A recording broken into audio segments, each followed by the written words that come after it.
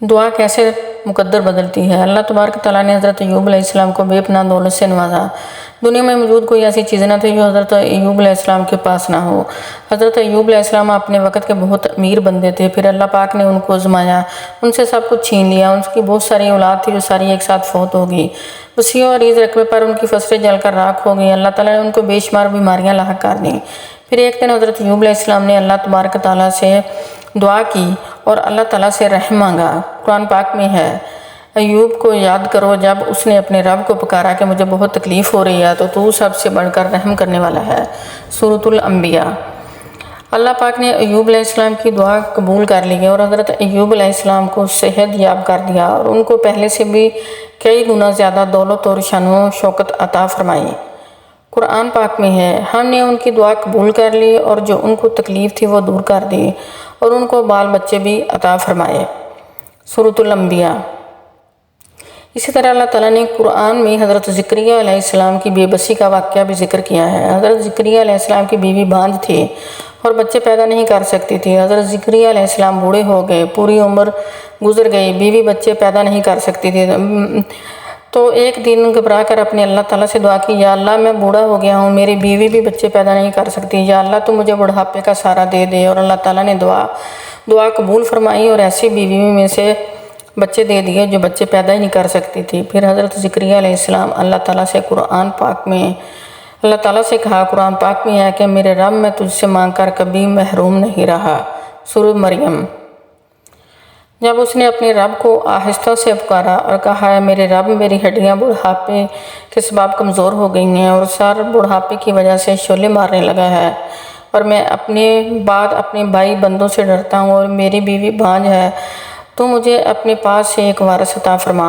اے زکریا، ہم تجھے خوشی سناتے ہیں کہ ایک لڑکے کی جس کا نام یحییٰ ہے۔ عرض کیا، میرے رب، میرے لڑکا کہاں سے ہوگا؟ میری عورت تو بانجھ ہے اور میں بڑھاپے سے سوکھ جانے کی حالت میں پہنچ گیا ہوں۔ حکم ہوا کہ اسی طرح ہوگا۔ مجھے یہ آسان ہے کہ میں پہلے تم کو بھی پیدا کر چکا ہوں اور تم کچھ چیز نہ تھے۔ القرآن۔ پھر قرآن میں اللہ تعالیٰ نے حضرت یونس علیہ السلام کا واقعہ ذکر کیا۔ جب کہ وہ مچھلی کے پیٹ میں گئے تو بے بسی کا یہ عالم تھا۔ قرآن کہہ رہا ہے کہ وہ 3 اندھیروں کے پیٹ میں تھے، ایک رات کا اندھیرا، دوسرا سمندر کی نیچے گہرائی کا اندھیرا اور تیسرا مچھلی کے پیٹ کا اندھیرا۔ پھر حضرت یونس علیہ السلام نے بے بسی میں اللہ تعالیٰ کو پکارا، اندھیرے میں اللہ تعالیٰ کو پکارنے لگا کہ تیرے سوا کوئی معبود نہیں، تو پاک ہے، بے شک میں قصوروار ہوں۔ القرآن۔ سورۃ الانبیاء۔ اللہ پاک فرما رہے ہیں کہ ہم نے یونس علیہ السلام کے بلانے پر جواب دیا اور ان کو وہاں سے نکالا جہاں سے نکالنے کے سارے راستے بند تھے، تو ہم نے ان کی پکار سن لی اور ان کو غم سے نجات بخشی۔ القرآن۔ میرے بہن بھائیوں، اللہ تعالیٰ نے یہ واقعات قرآن میں اس لیے ذکر کیے ہیں کہ میرے بندوں مجھ سے کبھی نا امید نہ ہونا۔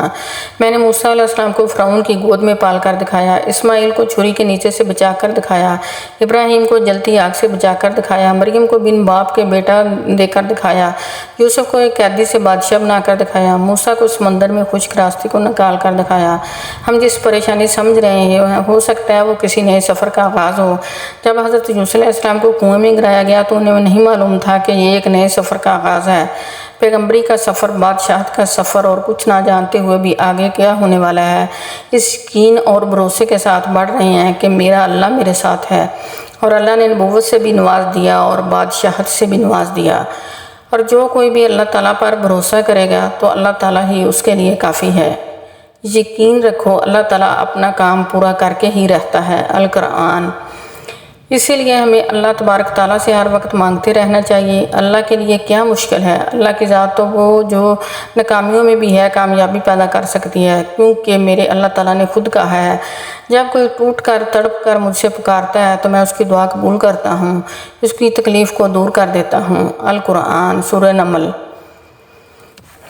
جزاک اللہ۔ Please like, comment, subscribe my channel.